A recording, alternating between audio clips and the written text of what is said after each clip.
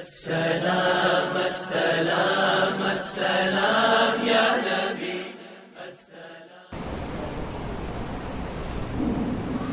السلام علیکم ورحمۃ اللہ وبرکاتہ۔ نحمده ونصلي ونسلم على رسوله الكريم، اما بعد، فاعوذ بالله من الشیطان الرجیم، بسم اللہ الرحمن الرحیم۔ ولا تحسبن الله غافلا عما يعمل الظالمون، صدق اللہ مولانا العظیم وبلغنا رسوله النبی الامین المکین الکریم، ونحن على ذلك لمن الشاهدین والشاکرین والمطمئنین والحمد للہ رب العالمین۔ آئیے نہایت ہی ادب و احترام کے ساتھ ساری کائنات کے رہبر عقیدت میرے اور آپ کے پیارے آقا جناب احمد مجتبی حضرت محمد مصطفیٰ صلی اللہ علیہ وسلم کی بارگاہ گوہر ناز میں اپنی غلامی کا ثبوت پیش کرتے ہوئے بآواز بلند ہدیہ درود پاک پیش کیجیے، بڑی اللہم صلی علی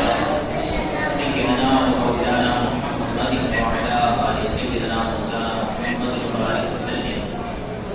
صلاۃ و سلام علیک یا رسول اللہ صلی اللہ تعالی علیہ وسلم۔ شاہ ہست حسین، بادشاہ ہست حسین، شاہ ہست حسین، بادشاہ ہست حسین، دی ہست حسین، دی بنا ہست حسین، دی بنا ہست حسین، سردار ندار دست در دست یزید، سردار ندار دشت در دشت یزید، حقا کی بنائی لا الہ ہست حسین، حقا کی بنائی لا الہ ہست حسین۔ اور ہزاروں میں وہ 72 تنے تنہا تسلیم و رضا والے، ہزاروں میں وہ 72 تنے تنہا تسلیم و رضا والے، حقیقت میں خدا ان کا تھا اور یہ تھے خدا والے، حقیقت میں خدا ان کا تھا اور یہ تھے خدا والے۔ حسین ابن علی کی کیا مدد کر سکتا تھا کوئی، حسین ابن علی کی کیا مدد کر سکتا تھا کوئی، وہ خود مشکل کشا اور تھے مشکل کشا والے، مشکل کشا اور تھے مشکل کشا والے۔ درود پاک پڑھی اللہم صلی علی سیدنا و مولانا محمد وعلی آل سیدنا مولانا محمد وبارک وسلم۔ صلاۃ و سلام علیک یا رسول اللہ صلی اللہ تعالی علیہ وسلم۔ اللہ رب العزت کلام مجید میں ارشاد فرماتا ہے، وَلَا تَحْسَبَنَّ اللَّهَ غَافِلًا عَمَّا يَعْمَلُ الظَّالِمُونَ، اور جو ظلم کرنے والے یہ گمان نہ کرے کہ اللہ رب العزت ان کے کاموں سے غافل ہے، بلکہ اللہ رب العزت ہر چیز کو دیکھ رہا ہے، وہ سن رہا ہے، اور ایک دن آئے گا جب ان کے ظلم کا بدلہ لیا جائے گا۔ ناؤ کاغذ کی کبھی چلتی نہیں اور ظلم کی ٹہنی کبھی بھرتی نہیں۔ جو بھی بندہ ظلم دنیا میں کرے گا تو اس کے ظلم کا بدلہ یہ لیا ہی جائے گا۔ یہاں تک کہ کوئی جانور نے بھی کسی جانور پر ظلم کیا ہوگا تو میدان محشر میں وہ جانور کو بھی اس کے ظلم کا بدلہ دیا جائے گا، اور جس مظلوم پر ظلم کیا گیا ہوگا اس مظلوم کو وہاں پر بھی خوش کیا جائے گا۔ اور یہی وجہ ہے کہ ہمارے جتنے بھی خلفاء گزرے ہیں ان خلفائے کرام میں یہ جو ان کی خلافت باقی رہی اس کی اصل وجہ یہ تھی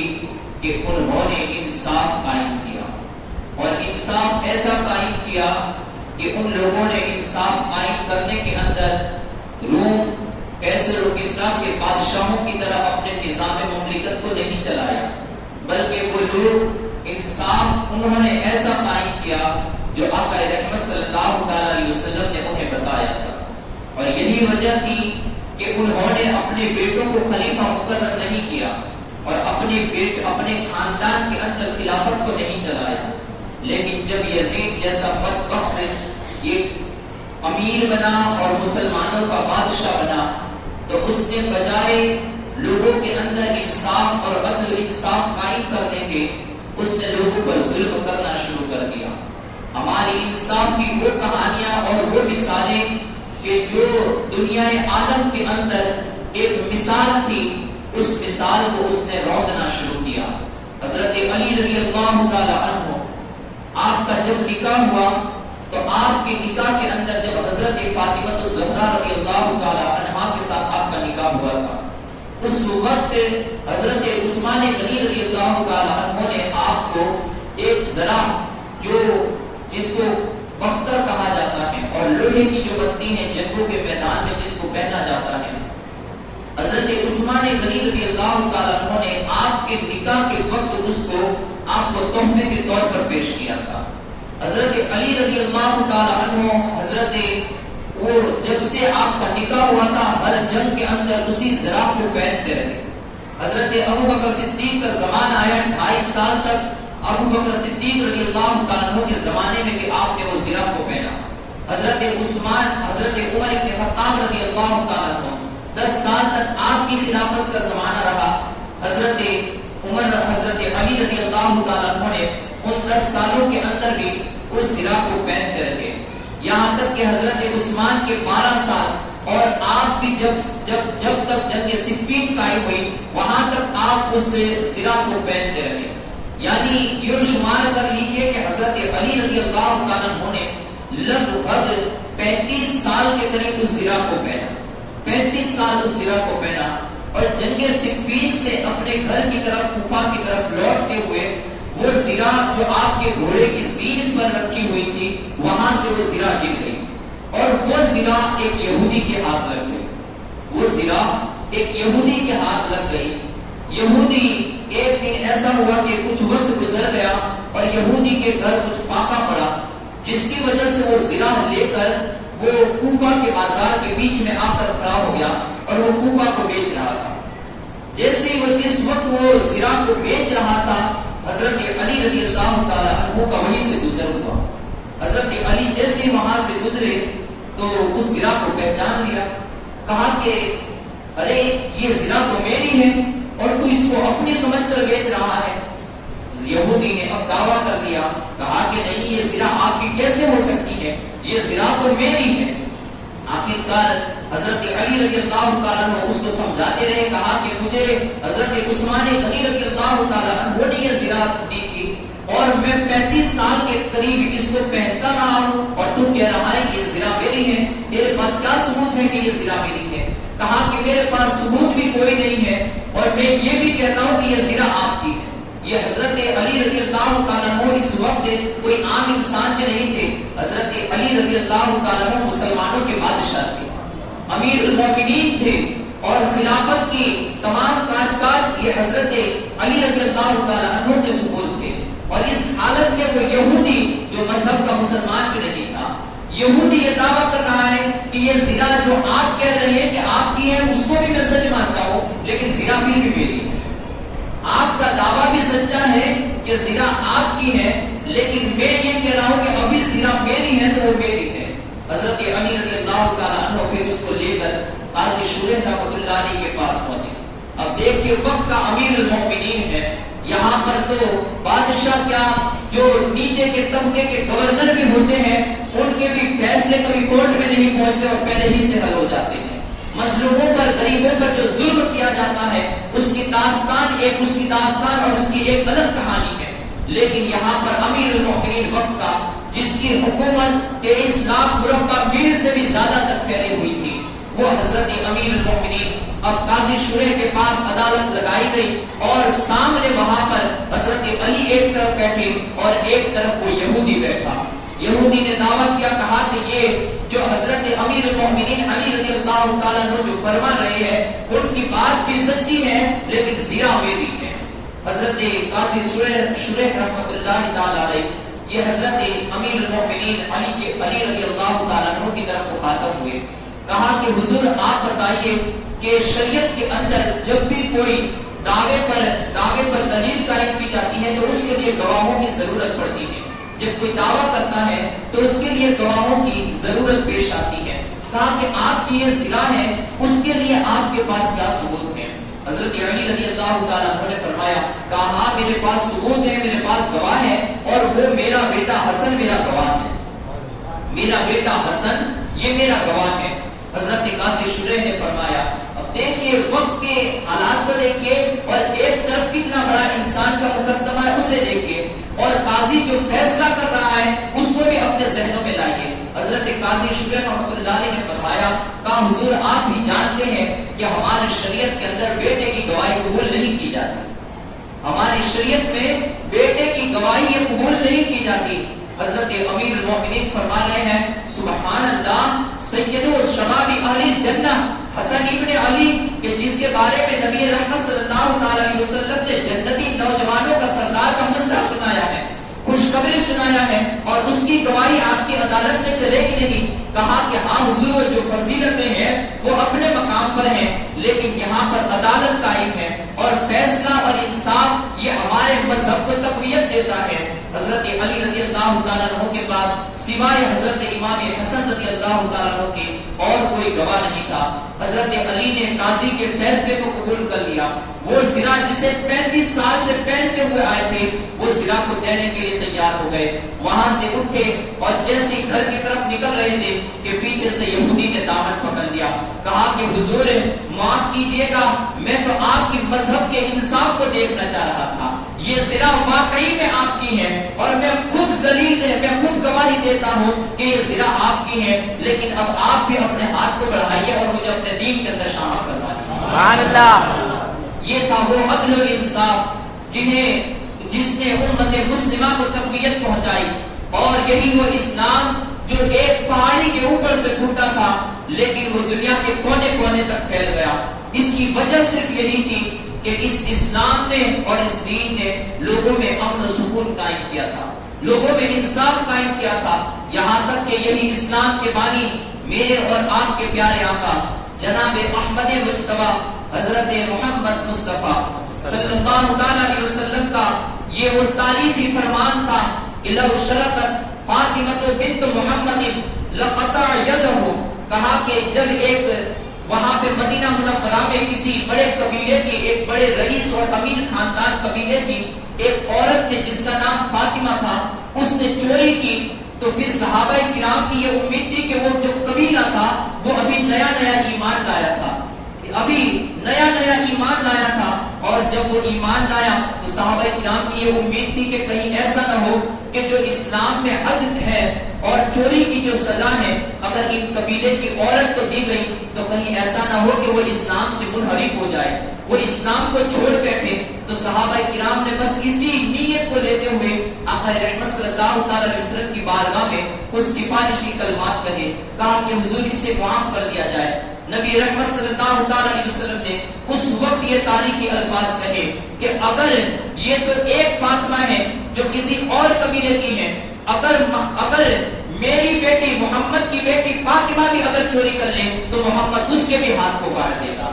یہ آقا رحمت صلی اللہ علیہ وسلم نے عدل و انصاف کا وہ پیمانہ اپنی امت کو عطا فرمایا. حالانکہ حضرت فاطمہ کے مراتب یہ اور شان ہے, لیکن دنیا والوں کو یہ بتایا کہ عدل و انصاف جب تک قائم رہے گا وہاں تک تمہاری حکومتیں قائم رہے گی, وہاں تک لوگوں کے دلوں پر تمہارا راج رہے گا. لیکن اگر یاد رکھو تم نے اپنے رشتہ داروں کے لیے اور بڑے لوگوں کو دیکھ کر عدل و انصاف کو پھیرنا شروع کر دیا اور عدل و انصاف کے اندر کمی لائی, تو پھر یاد رکھو یہ ظلم ہوگا, اور ظلم کبھی بھی معاف نہیں کیا جاتا. ظلم کا بدلہ ایک نہ ایک دن بھگتنا تمہیں پڑے گا. تو یہ آقا رحمت صلی اللہ علیہ وسلم نے ہمیں وہ بے شمار قیمتی فرامین عطا فرمائے. لیکن یہاں پر آپ کی ہی امت کے کچھ بد وقتوں نے جب ظلم و ستم کرنا چاہا تو انہوں نے ظلم و ستم کی کوئی حد باقی نہ رکھی. آقا رحمت صلی اللہ علیہ وسلم کے خاندان ہی کے ساتھ وہ ظلم و ستم فرمایا کہ جس ظلم و ستم کی داستان کو لکھتے لکھتے قلموں نے رونا شروع کر دیا. جس ظلم و ستم کی داستان کو رقم کرتے ہوئے لوگوں کے آنسو آج بھی بہتے ہوئے نظر آتے ہیں، اور جس ظلم و ستم کی داستان کو بیان کرتے ہوئے آج بھی امت مسلمہ کے خطیب یہ روتے ہوئے نظر آتے ہیں۔ ہر طبقہ اور جو بھی مفسر اپنی تفسیر کرتا ہے، جو بھی محدث کسی حدیث کی تشریح کرتا ہے، تو حضرت حسین ابن علی رضی اللہ تعالیٰ عنہ کے اس قصے کو لکھتے ہوئے اور آپ پر جو ظلم و ستم کی داستان رقم کی گئی اس کو لکھتے ہوئے آج بھی اس کی آنکھوں کے اندر آنسو جاری ہو جاتے ہیں۔ وہ حسین ابن علی جسے رحمت دو عالم صلی اللہ علیہ وسلم نے بڑے ناز اور نخرے سے پالا تھا، جنہیں جنتی نوجوانوں کا سردار کہا گیا تھا، جن کے لیے رحمت دو عالم صلی اللہ علیہ وسلم اپنی نمازوں کو لمبا کر دیا کرتے تھے، اپنے سجدوں کو لمبا کر دیا کرتے تھے، یہاں تک کہ پیچھے وہ کام کاج کرنے والے صحابہ کرام بھی اس تکلیف کو برداشت کیا کرتے تھے کہ آقا رحمت صلی اللہ علیہ وسلم کے لاڈلے نوازے کے لیے ہماری نمازیں لمبی ہو رہی ہے۔ نبی رحمت اور صحابہ کرام نے جس کو بڑے ناز سے پالا تھا،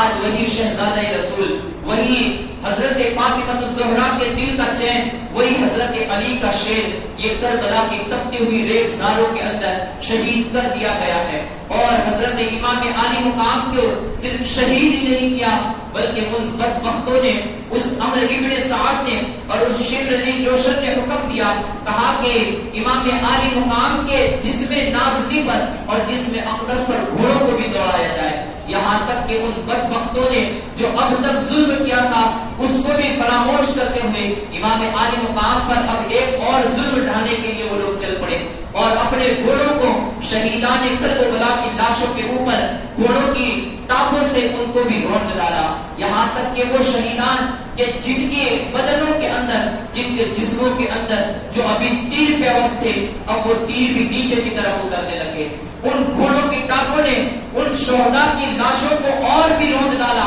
کہ وہ زمین میں لوٹ پوٹ ہو گئے، ان کے اوپر خاک اڑنے لگی، اور حضرات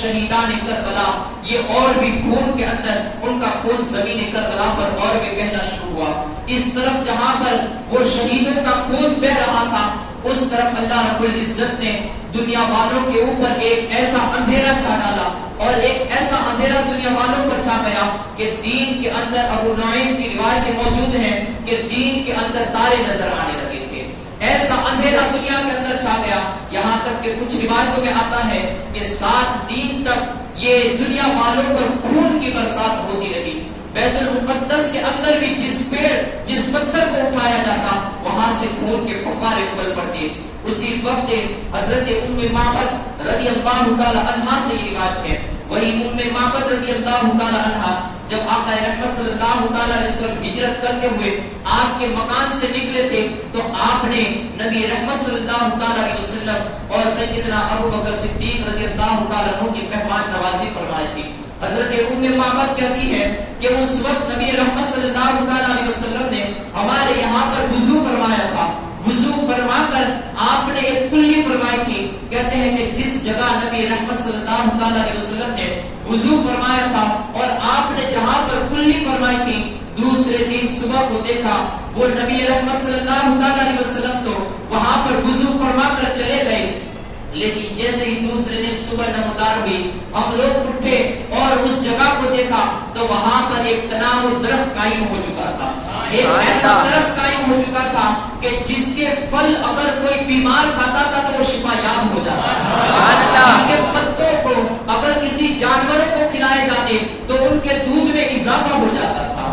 اگر کوئی وہ بھوکا ہوتا تھا تو اس کا پھل اگر کوئی کھا لیتا تو اس کی بھوک مٹ جایا کرتی تھی، اگر کوئی پیاسا بھی ہوتا اسے پانی نہ مل پاتا، اگر وہ پھل کھا لیتا تو اس کی پیاس بھی مٹ جایا کرتی تھی۔ اللہ رب العزت نے ایسا درخت وہاں پر قائم فرما دیا، کہتے ہیں ہم نے اپنے حساب سے اس کا نام رکھ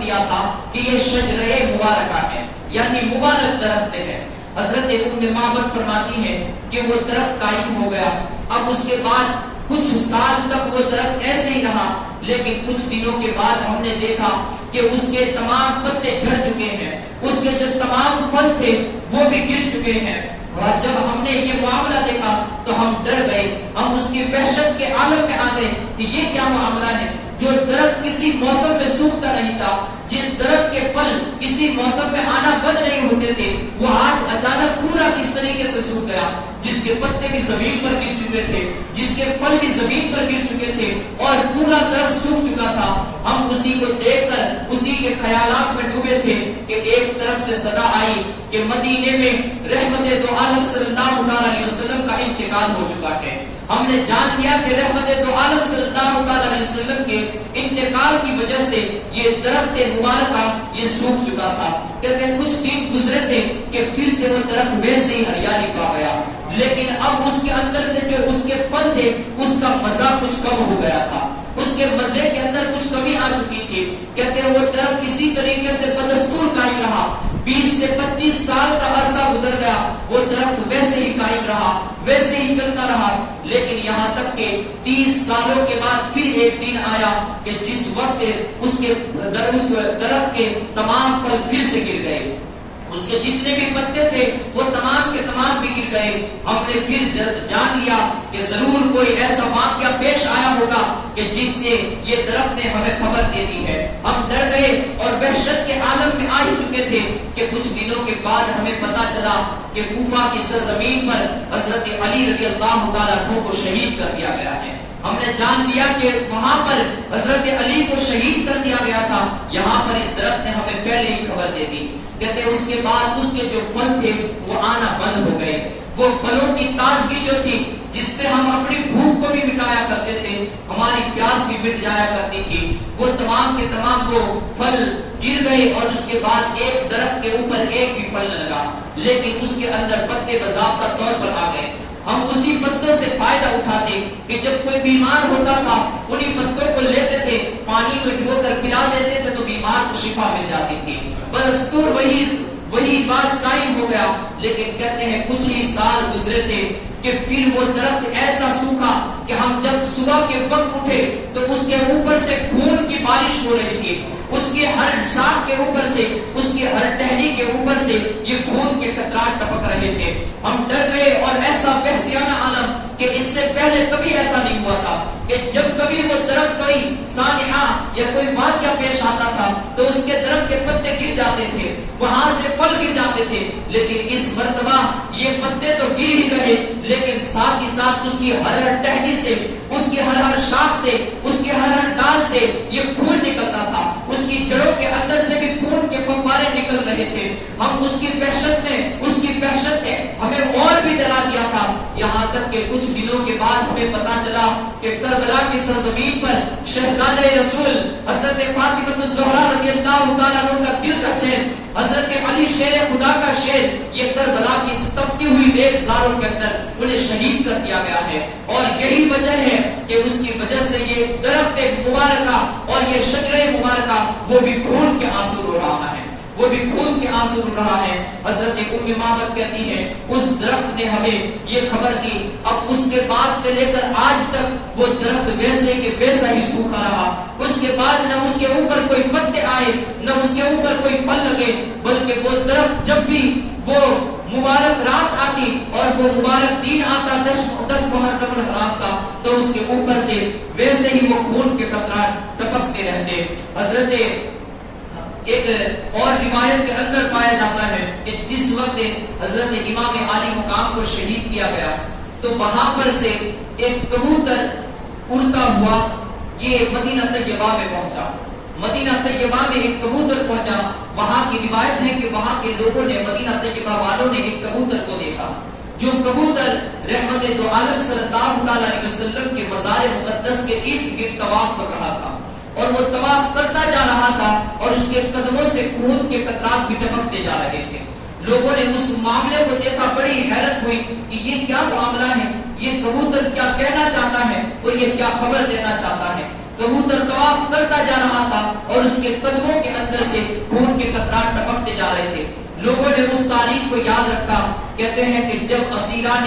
کربلا کا وہ قافلہ مدینہ طیبہ میں لوٹا اور لوگوں نے اس تاریخ کو بتایا کہ 10 محرم الحرام کو جمعہ کے دن حضرت امام علی مقام کو شہید کیا گیا تھا تو لوگوں نے جب اس کبوتر کی تاریخ کو دیکھا تو پتا چلا کہ وہ کبوتر نے ہمیں پہلے ہی اس واقعے کی خبر دے دی تھی کہ وہاں سے وہ کبوتر امام علی مقام کے خون میں لت پت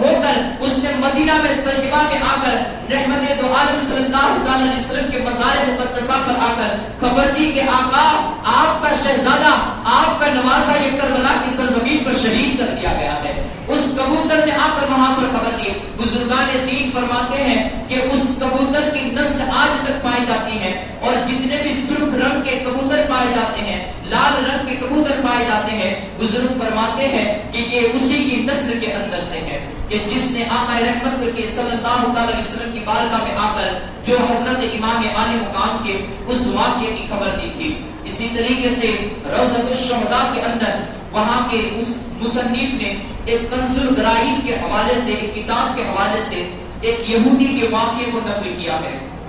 فرماتے ہیں کہ وہاں پر کوفہ کے ارد گرد کے کچھ بستیوں کے اندر ایک یہودی رہتا تھا. یہودی, اس کی لڑکی تھی جو بڑی خوبصورت تھی, لیکن اسے کوڑ پن لگ چکا تھا. کوڑ پن کی وجہ سے وہ اس قدر اس بیماری کے اندر مبتلا ہوئی کہ اس کی آنکھیں بھی چلی گئی, بدن بھی سیر ہو گیا, یعنی نہ اس کے پاؤں کام کرتے تھے نہ اس کے ہاتھ کام کرتے تھے, اور اسی انداز کے اندر اس کا پورا جسم ملوث ہو گیا. اب رہتے رہتے حالات اس طریقے سے ہو گئے کہ بستی والے لوگ, محلے والے لوگ اس سے نفرت کرنے لگے اور اس کو تانا اور تشکیل دینے لگے. یہودی کہتا ہے کہ میں ان لوگوں کے تانوں سے اور ان لوگوں کی نفرت سے اس قدر مشکل میں آ گیا اور ایسی تکلیف میں آ گیا کہ میں نے اب فیصلہ کر لیا کہ میں اپنی بیٹی کو اپنے ایک باغ کے اندر چھوڑاؤں گا تاکہ بستی والوں کو کوئی تکلیف نہ ہو. کہتے ہیں میں نے اپنی بیٹی کو لیا اور اپنا ایک باغ تھا جو بستی کے باہر تھا, وہاں پر میں اپنی بیٹی کو چھوڑ آیا. روزانہ صبح کے وقت جاتا, میں اس کو کھانا اپنے ہاتھوں سے کھلاتا اور کھانا کھلا کر پھر میں اپنے کام کاج کے لیے جاتا. شام کو پھر آتا اور اپنی بیٹی کو کھانا کھلا دیتا. وہ ایک ہی جگہ پر پڑی رہتی, اس کی جو بھی ضروریات ہوتی وہ تمام ضروریات کا سنبھالنے والا میں ہی تھا. کہتے ہیں کہ ایک دن میں صبح کے وقت اس کی تمام ضروریات کو پورا کر کے میں اپنے کام کاج کے لیے نکل گیا. کام کاج جہاں پر کرنے گیا میرے مالک نے مجھے روک لیا, یہاں تک کہ رات کو بھی وہ کام کراتا رہا. میں اسی سوچ اور حیرت میں تھا کہ وہاں پر میری بچی کا کیا معاملہ ہوگا, کہ میری بچی جو اٹھ نہیں سکتی ہے, وہ اپنے ہاتھوں کو ہلا نہیں سکتی ہے, وہ آنکھوں سے بھی اندھی ہے, اب وہ بچی کا کیا معاملہ ہوگا, وہ بچی کس طریقے سے زندہ رہ سکے گی. میں اسی حیرت میں تھا, لیکن چونکہ میرے مالک نے مجھے جانے کی اجازت نہ دی, میں اسی کے یہاں پر کام کرتا رہا یہاں تک کہ صبح ہو گئی. وہاں پر اس لڑکی کی حالت یہ ہوئی کہ وہاں پر ایک پرندہ آیا جو ایک درخت کے اوپر بیٹھا ہوا بڑی ہی رونے والی اور دردناک آوازوں کو نکال رہا تھا. بچی کانوں سے سن سکتی تھی. اس نے دیکھا کہ کوئی پرندہ بڑی ہی حیرت ناک انداز میں, بڑی ہی دردناک انداز میں وہ رو رہا ہے. اس کے رونے کی آواز کو سن کر اس نے اپنے آپ کو گھسیٹنا شروع کیا. جس درخت کے اوپر سے وہ آواز آ رہی تھی, وہ بچی کہتی ہے, وہ لڑکی کہتی ہے, میں اپنے آپ کو گھسیٹتے ہوئے یہ اس درخت کے نیچے تک پہنچی. آنکھوں سے اندھی تھی, لیکن چونکہ اس کی آواز اوپر سے آ رہی تھی میں نے اس کی طرف توجہ دی. جیسے ہی اوپر کی طرف توجہ دی تو اس کے پروں سے ایک خون کا قطرہ ٹپکا جو میری دائیں آنکھ کے اوپر آ کر گرا. جیسے ہی وہ خون کا قطرہ آنکھ کو لگنا تھا کہ میری آنکھ شفا پا گئی, میری آنکھ کے اندر درستگی آ گئی اور میں دیکھنے لگی. میں نے دیکھا کہ ایک پرندہ ایک شاخ کے اوپر بیٹھا ہوا ہے اور وہ پورا خون کے اندر لگپت ہے اور اس کے اوپر سے قطرات گر رہے ہیں. اب میں نے دیکھا کہ اس کے ایک قطرے سے میری آنکھوں کو شفا مل گئی. میں نے اپنے ہاتھ کو بڑھایا, دانے ہاتھ کو جیسے بڑھایا اس کا قطرہ دانے ہاتھ کے ایک سینے پر گرنا تھا, پورا ہاتھ شفا پا گیا. میں نے اسی ہاتھ کے اندر خون کو جمع کرنا شروع کیا اور اپنے بدن پر ملتی رہی. جیسے جس حصے پر میں ملتی رہی اللہ رب العزت نے مجھے ہر حصے کو شفا عطا فرما دی. ہر حصہ شفا پاتا گیا یہاں تک کہ اب میں پورے طریقے سے درست ہو گئی. صبح کا وقت ہوا اور میرا باپ کو یہودی دروازے پر آیا. اب چونکہ جو میں پہلے جو رب نے مجھے حسن عطا کیا تھا اس سے کئی زیادہ میں اور حسین بن چکی تھی.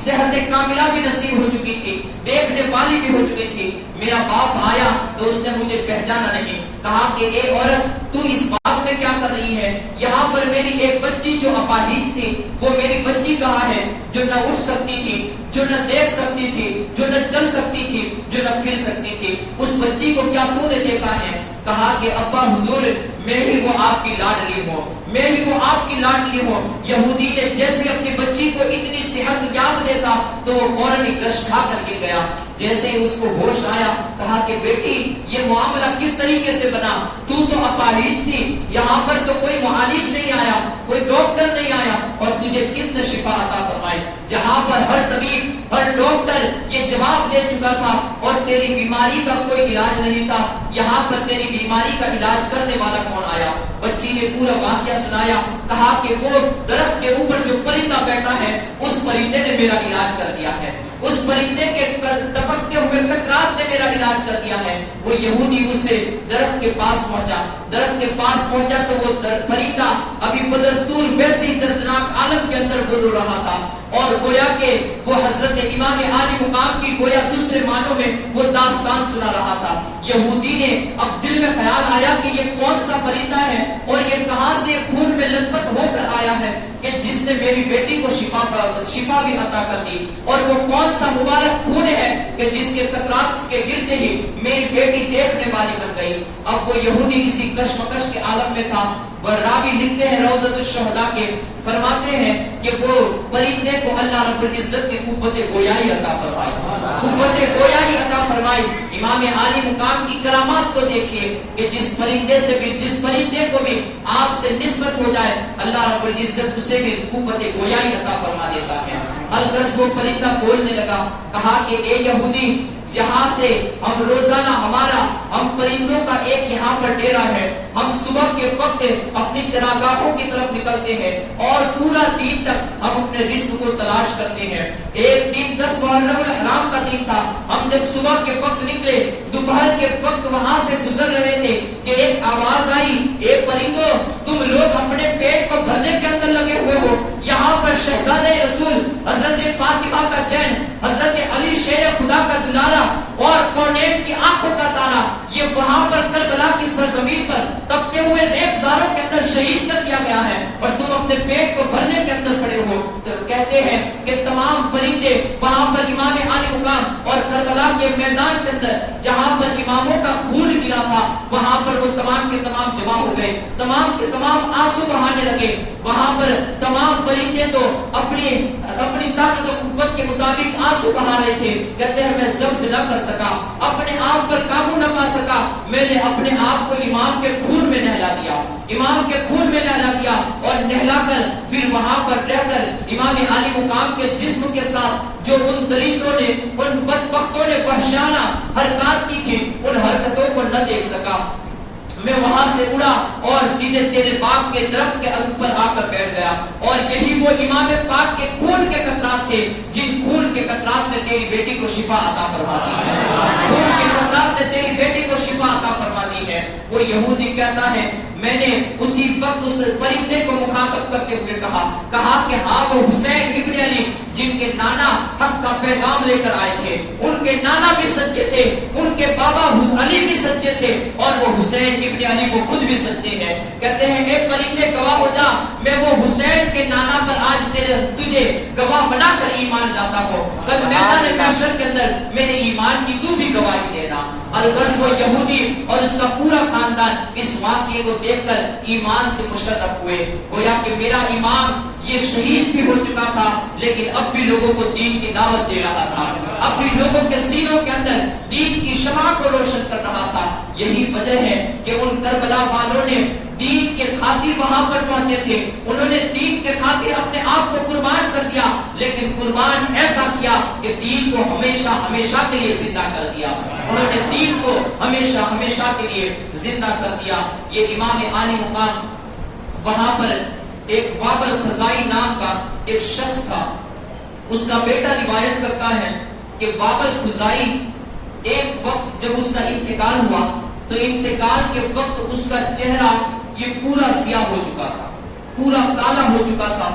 اور میں نے اس بیٹا کہتا ہے کہ کہیں ایسا نہ ہو کہ میرے باپ کی رسوائی ہو اور لوگ بعد میں میرے باپ کے قصے کہانیاں بنانے لگے۔ کہتے میں نے اکیلے ہی اپنے باپ کی نماز جنازہ کو ادا کی، اور نماز جنازہ ادا کرنے کے بعد اکیلے ہی اس کو دفن کر دیا، کسی کو کان و کان تک میں نے خبر نہ کی اور اپنے باپ کو دفن کر دیا۔ کچھ دنوں کے بعد میں کیا دیکھتا ہوں کہ میں نے خواب میں دیکھا، خواب میں کیا دیکھتا ہوں کہ میرے بابا کا چہرہ بڑا ہی نورانی بن چکا تھا، میرے بابا کا چہرہ بڑا ہی نورانی ہو چکا تھا، اور نورانیت کے ساتھ ساتھ اس کے تمام گناہ بھی معاف کر دیے گئے تھے۔ میں اپنے بابا سے مخاطب ہوا، کہا کہ اے بابا، تیرا جب انتقال ہوا تھا تو اس وقت تو تیرا چہرہ کالا ہو چکا تھا، تیرا جسم کالا ہو چکا تھا، اور اب میں کیا دیکھ رہا ہوں کہ تو نورانیت والا بن چکا ہے، تیری روشنی نے پورے تیری قبر کو روشن کر دیا ہے، یہ کیا معاملہ ہے؟ کہا کہ ہاں، میں بڑا ہی گنہگار تھا، میں شراب کا پینے والا تھا،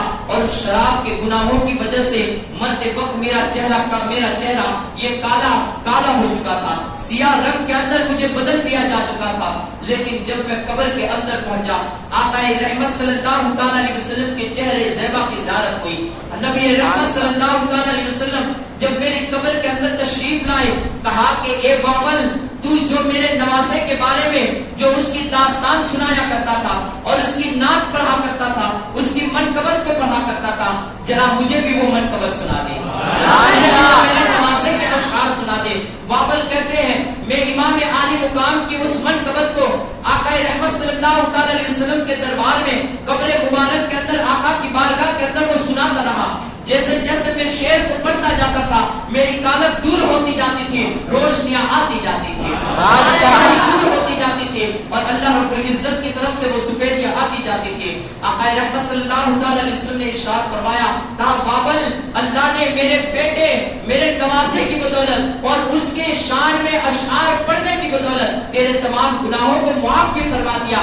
اور ساتھ ہی ساتھ تجھے جنت بھی عطا فرما دیا۔ تو وہ بابل جو شراب پیا کرتا تھا، جو ہما وقت گناہ کیا کرتا تھا، لیکن میرے امام کی شان میں کچھ اشعار لکھے تھے، میرے امام کی شان اس نے کچھ بیان کی تھی اپنی زبان سے، اللہ رب العزت نے اسے وہ صلہ عطا فرمایا کہ وہ بابل اتنا گنہگار ہونے کے باوجود بھی وہ جنت کا حقدار بن گیا۔ آج اگر ہم یہاں پر امام پاک کا تذکرہ کریں، امام پاک کی یاد بنائیں اور آپ کے تذکرے کو کر کے کچھ غم کے آنسو بہائیں، اللہ رب العزت ہمیں کیسا بدلہ عطا فرمائے گا۔ جن کے نام پر ہم اپنے مالوں کو بھی قربان کریں، جن کے نام پر ہم اپنے نیازوں کو بھی پیش کریں، اللہ رب العزت ضرور امام عالی مقام کا ہمیں صدقہ عطا فرمائے گا۔ اب کہتے ہیں کہ ان بدبختوں نے اور ابن سعد کے ان لشکر والوں نے جب یہاں پر امام عالی مقام کے آپ کے جسموں پر بھی گھوڑوں کو دوڑا دیے، اس کے بعد وہ لوگ خیمہ خاندان رسول کی طرف یہ مائل ہوئے، اور وہاں پر ان بدبخت یزیدیوں نے، ان شامیوں نے، بلکہ یوں کہیے کہ ان کوفہ والوں نے، جنہوں نے امام عالی مقام کو خطوط لکھ کر بڑے ہی محبت والے انداز میں کوفہ کی طرف آنے کی دعوت دی تھی، وہی کوفہ کے لوگ اب امام عالی مقام کے خیموں کی طرف بھی بڑھے۔ انہوں نے ایک طرف سے خیموں کو آگ لگانا شروع کیا، جیسی ایک خیمے کو آگ لگتی، وہاں سے وہ خاندان نبوت کی وہ پاک باز خواتین، وہ پاک مائیں اور اسلام کو رنگت دینے والی، اسلام کو اونچائی پر پہنچانے والی وہ پاک خواتین ایک خیمے سے دوڑتی ہوئی دوسرے خیمے میں پہنچتی۔ وہ بدبخت لوگ ایک خیمے کو آگ لگاتے، وہاں پہ خاندان نبوت کی وہ پاک خواتین جیسے دوسرے خیمے میں پہنچتی، وہ لوگ دوسرے خیمے کو آگ لگا دیتے، دوسرے خیمے سے وہ تیسرے خیمے میں منتقل ہوتی، یہاں تک کہ وہ خیمہ جو امام عالی مقام کا خیمہ تھا، تمام کے تمام خواتینیں خاندان نبوت کی وہاں پر جمع ہو گئی، انہوں نے تمام خیموں کو جلا دیا۔ پھر اس کے بعد وہ ان لوگوں کی طرف مائل ہوئے۔ حضرت زینب رضی اللہ تعالی عنہ یہ خود ارشاد فرماتی ہے، امام پاک کی بہن، کہ ایک ارزم چشم یعنی کجی آنکھ والا شخص یہ ہماری طرف مائل ہوا، اور اس نے ہمارے خیمے کے اندر سے ہر چیز کو لوٹنا اور غضب کرنا شروع کر دیا، ہر ایک چیز کو لوٹتا جاتا، یہاں تک کہ اس نے خیمے کے اندر جتنا بھی مال و متاع تھا ان تمام کو ایک چادر کے اندر جمع کیا۔ چادر کے اندر جمع کرنے کے بعد اسے پھر بھی اس کی ہوش یہ پوری نہ ہوئی، اس نے ہمارے بدنوں کے اوپر جو چادریں تھیں، ان پاک باز خواتین جن کے چہروں کو، جن کے بالوں کی رنگت کو کبھی آسمان نے نہ دیکھا تھا، ان یزیدی بدبختوں نے ان کے سروں سے چادروں کو بھی کھینچنا شروع کر دیا، ان چادروں کو وہ کھینچنے لگے۔ حضرت زینب فرماتی ہے کہ وہ کھینچتا بھی جاتا، مال و اسباب کو لوٹتا بھی جاتا، اور آنکھوں سے آنسو بھی بہاتا جاتا، یہاں تک کہ جب چادریں کھینچی گئی تو اس کے بعد کانوں میں زیور نظر آئے. ان بدبختوں نے کانوں کے اندر سے زیوروں کو بھی کھینچنا شروع کر دیا. یہاں تک کہ اس طریقے سے انہوں نے کھینچا ان زیورات کو کہ خاندان نبوت کی ان پاک باز خواتین کے کان بھی زخمی ہو گئے. وہاں سے خون کے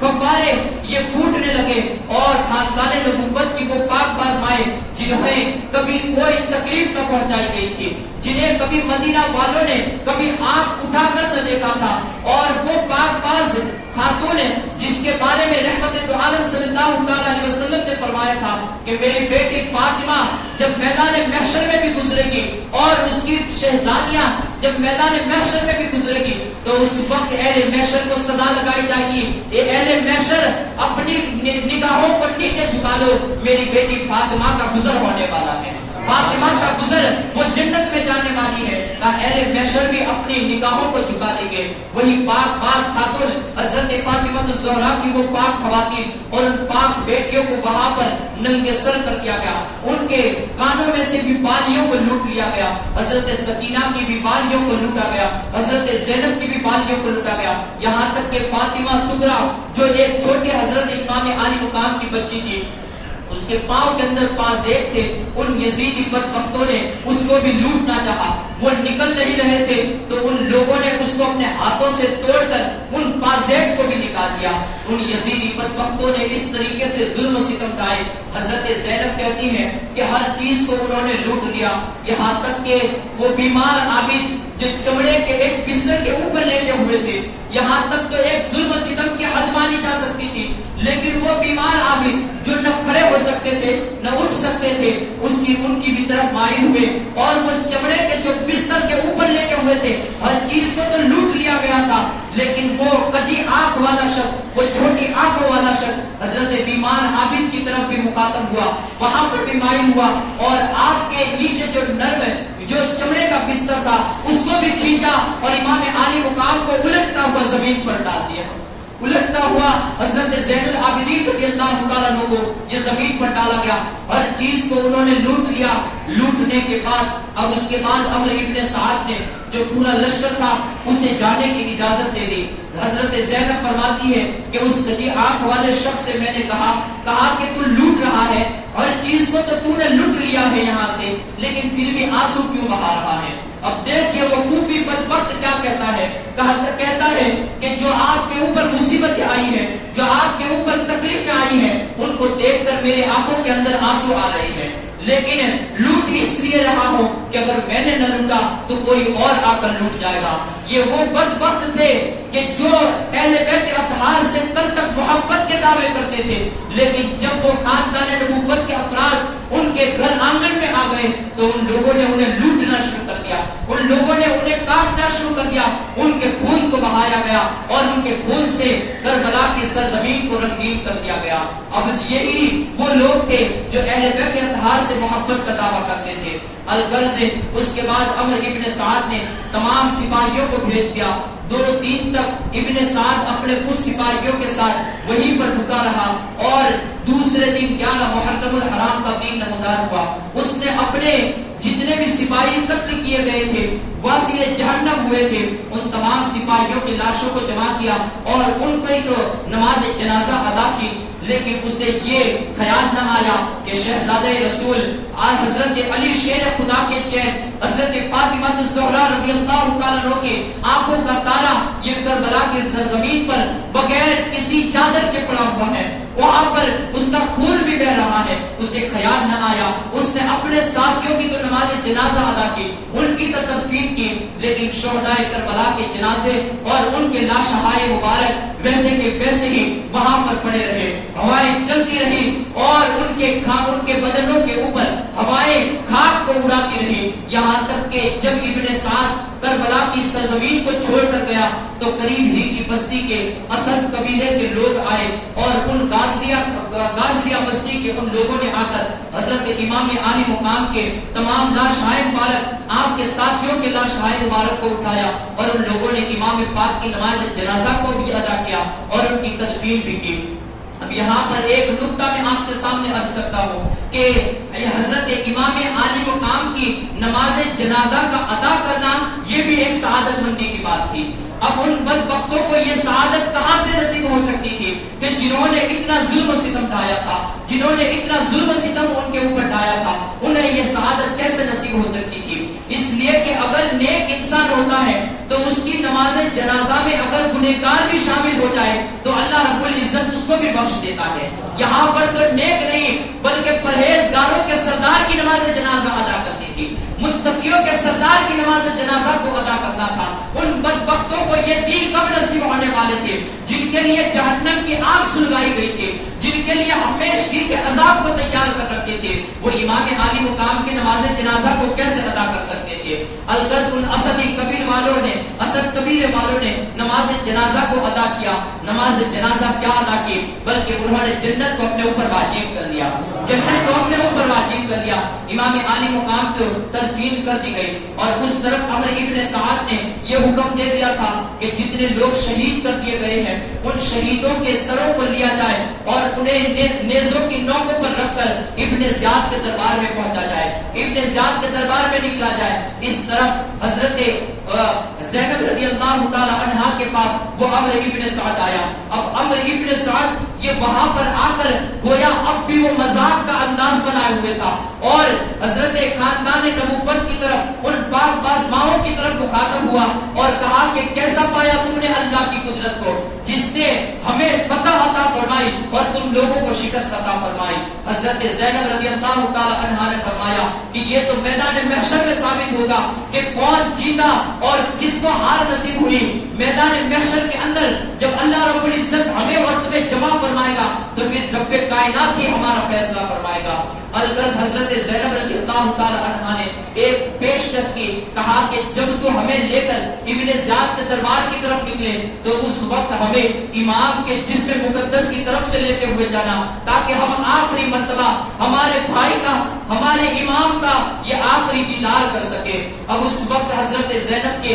پیشکش کے مطابق جب قافلے والوں کو کشا گیا اور ان کو ان کے کجاوے کشے گئے تو ان تمام پاک باز ماؤں کو بغیر کسی زین کے ان اونٹوں کے اوپر بٹھایا گیا اور جن کے نیچے کوئی چادر بھی نہ رکھی گئی تھی ایسے ہی ان پاک باز خواتین کو جن کے سروں پر بھی کوئی چادر نہ تھی اونٹوں کے اوپر بٹھا دیا گیا. حضرت بیمار زین العابدین رضی اللہ تعالیٰ عنہ کے پیر میں زنجیر ڈالی گئی, آپ کے ہاتھ کو بھی چپڑ دیا گیا اور ایک گھوڑے سوار تھا جس گھوڑے سوار کے ہاتھ میں ایک لگام تھی اس نے رسی سے حضرت امام عالی مقام کے ہاتھوں کو باندھا ہوا تھا. امام عالی مقام کربلا کی ان ریگزاروں سے لے کر کوفہ تک انہیں گھسیٹتے ہوئے وہ لے گئے اور ایسا ظلم و ستم انہوں نے ڈھایا. جب وہ کربلا سے نکل رہے تھے تو اس وقت کوفہ جانے تک, کوفہ کی بستی میں پہنچنے تک وہاں پر انہوں نے بیچ میں ایک پڑاؤ کیا, بیچ میں ایک پڑاؤ کیا. یہ آخری بات کو سماعت کر لیں کہ بیچ میں ایک پڑاؤ کیا اور اس وقت وہاں پر ایک عورت کا گھر تھا. اس کو بتایا گیا کہ یہاں پر امیر المومنین یزید کی طرف سے, حاکم وقت کی طرف سے ایک قافلہ آیا ہوا ہے جنہوں نے بغاوت کرنے والوں کی بغاوت کو کچل دیا گیا ہے اور ان بغاوت کو کچل کر وہ آج ان کے سروں کو لے کر آ رہے ہیں, ان کے سروں کو لے کر آ رہے ہیں. اب اس وقت وہ جو مکان تھا وہ ام سیرین کا مکان تھا. روایتوں کے اندر اس کا نام آیا ہے کہ وہ ام سیرین کا مکان تھا اور یہ ام سیرین حضرت امام حسین رضی اللہ تعالیٰ عنہ کی یہ لونڈی ہوا کرتی تھی. ایک زمانے کے اندر وہ حضرت امام حسین رضی اللہ تعالیٰ عنہ کی خدمت کیا کرتی تھی. ایک دن جب وہ اپنے گھر سے رخصت ہو رہی تھی امام پاک سے تو حضرت امام عالی مقام نے اسے بڑی تحفوں سے نوازا, بڑی دعاؤں سے نوازا اور جب وہ جانے لگی تو ابن سیرین نے کہا کہ حضور اللہ نے مجھے گھر تو عطا فرما دیا ہے لیکن یہ کتنی خوش قسمتی کی بات ہوتی کہ آپ میرے گھر کے اوپر اپنے 2 قدم لے کر آ جاتے, آپ میرے گھر پر اپنے 2 قدم لے کر آ جاتے تو میرے گھر کے لیے ایک روشنیاں اور خوش قسمتی کی میرے لیے بات ہوتی کہ آپ میرے گھر کے اوپر تشریف آ جاتے. حضرت امام عالی مقام رضی اللہ تعالیٰ نے مذاق کے طور پر بلکہ یوں کہیے کہ وہ غیب کی خبریں جاننے والے آقا رحمت صلی اللہ تعالی علیہ وسلم کے بیٹے نے حقیقت کے طور پر بتایا, کہا کہ ام سیرین ہم جب آئیں گے تو کیا تو ہمیں پہچانے گی بھی کہ نہیں پہچانے گی, کیا تو ہمیں پہچان بھی پائے گی؟ ام سیرین نے کہا حضور میرے ماں باپ آپ پر قربان, آپ میرے گھر تشریف لائے اور میں پہچان نہ سکوں. کہا کہ ہاں پھر ہم ضرور تیرے گھر کسی دن تشریف لائیں گے. حضرت امام پاک نے وعدہ کیا تھا ام سیرین سے کہ میں تیرے گھر تشریف لانے والا ہوں. جب ام سیرین کو پتا چلا کہ کوفہ والوں نے یزید جب تخت نشین ہوا ہے اور کوفہ والوں نے یزید کی بیعت کو قبول نہیں کیا اور امام پاک کو خط لکھا ہے کہ وہ مدینہ طیبہ کو چھوڑ کر اب کوفہ آنے کے لیے تیار ہو چکے ہیں، اس نے اپنے محلے والوں کو خبر دی کہ ام سیرین نے خبر دی، کہا کہ اے لوگوں کہ امام پاک نے مجھ سے، اب میں نے جب ان کے گھر کو چھوڑا تھا اس وقت امام پاک نے مجھ سے وعدہ کیا تھا کہ وہ میرے گھر ضرور تشریف لائیں گے. کہا کہ جب امام پاک کوفہ جا رہے ہوں گے تو جب اس راستے سے گزریں گے تو ضرور اپنے وعدے کو پورا کرنے کے لیے میرے گھر ضرور تشریف لائیں گے، میرے گھر کو اپنے آنے سے روشنیاں بخشیں گے. پورے محلے والے خوش ہو گئے کہ شہزادہ رسول حضرت فاطمہ الزہرا کا دل کا چین یہ جب آئے گا تو ہماری بستی کو بھی رونق افروز ہو جائے گی، ہماری بستیاں بھی روشن ہو جائے گی. اب اس وقت ام سیرین کو تو یہ معاملہ تھا کہ امام عالی مقام آئیں گے، میرے گھر کو روشنیوں سے میرے گھر کو روشنیاں بخشیں گے. اب اس وقت ان لوگوں نے جب وہاں سے نکلے تو اس کے بعد ان کوفہ ابن ام سیرین جو تھی اس کی بستی کے اندر انہوں نے پڑاؤ کیا اور کہا کہ یہاں پر حاکم وقت کا قافلہ آیا ہوا ہے، کچھ اس کے لیے مہمان نوازی کر. ام سیرین نے تمام لوگوں کو دعوت دی گئی اور اس کے بعد ام سیرین نے ہر ایک کو اپنے گھر کے اندر بلا کر ان کو کھانے کھلائے. ابھی تک جو سپہ سالار تھے وہ کھانا کھا رہے تھے. ام سیرین کو پتا چلا کہ کچھ قیدی بھی لائے گئے ہیں اور ان قیدی وہ لوگ تھے کہ جنہوں نے امیر کے خلاف بغاوت کی تھی اور ان کی بغاوت کو کچل دیا ہے. وہ یہ نہیں جانتی تھی کہ یہ امام پاک کا قافلہ تھا، بلکہ انہوں نے تو یہی لوگوں کے سامنے پیش کیا تھا کہ کچھ باغی تھے جن کی بغاوت کو کچل دیا گیا ہے، امیر کے خلاف جنہوں نے بغاوت کی تھی ان کی بغاوت کو کچل دیا گیا ہے. ام سیرین نے کچھ کھانے کے تھالوں کو بھی بھرا اور کہا کہ جاؤ ان قیدیوں کو بھی کھلا کر آؤ، ان کو کھلاؤ اور ان کو جو بھی ضرورت ہو ان سے پوچھو کہ ان کو کیا ضرورت ہے. اگر انہیں کھانا باہر دیا گیا تو پھر ان لوگوں نے کہا ام سیرین کو جب انہوں نے دیکھا کہ وہ گجاووں پر کشے ہوئے ہیں، ام سیرین نے ان لوگوں سے عرض کیا، کہا کہ ان لوگوں کو کچھ دیر کے لیے کھانا کھانے تک کے لیے نیچے اتر جانے دو. ام سیرین کے کہنے پر ان لوگوں نے ان کو نیچے اتارا اور اب تمام خاندان نبوت کی وہ پاک آزمائے جتنے بھی لوگ قیدی کی حالت میں تھے ان کو ام سیرین کے گھر کے اندر جگہ دی گئی. ام سیرین کے اندر جب وہ لوگ سپاہی اور ان سپاہی قیدیوں کو لے کر اور ان میں حضرت خاندان نبوت کے ان پاک باز لوگوں کو لے کر جب ام سیرین کے گھر میں آئے تو وہاں پر وہ نیزوں کے اوپر جو سر تھے ان نیزوں کو لے کر بھی وہ ام سیرین کے گھر میں آئے. ام سیرین نے کہا کہ یہ کس کا سر ہے، چونکہ امام پاک کے سر کے اوپر گرد و غبار لگ چکی تھی اور پھر آپ کی زلف مبارک بھی یہ چہرے کی طرف بکھری ہوئی تھی. کسی نے پوچھا کہ یہ ام سیرین نے پوچھا یہ کن لوگوں کے ہیں، سر کن لوگوں کے ہیں. ان لوگوں نے بتایا کہ یہ لوگ وہ ہیں کہ جنہوں نے امیر کے خلاف بغاوت کی تھی اور ان کی بغاوت کو کچل دیا گیا ہے. ام سیرین نے جب تھوڑی سی توجہ دی تو اس کے منہ سے چیخ اٹھ گئی، کہا کہ یہ جو سر نظر آ رہا ہے وہ سر تو حسین ابن علی رضی اللہ تعالیٰ عنہ کے مشابہ لگ رہا ہے. کہا کہ ہاں تو جانتی نہیں ہے کہ یہ حسین ہی کا سر ہے، یہ حسین ابن علی ہی کا سر ہے کہ جنہوں نے امیر المومنین یزید کی طرف بغاوت کی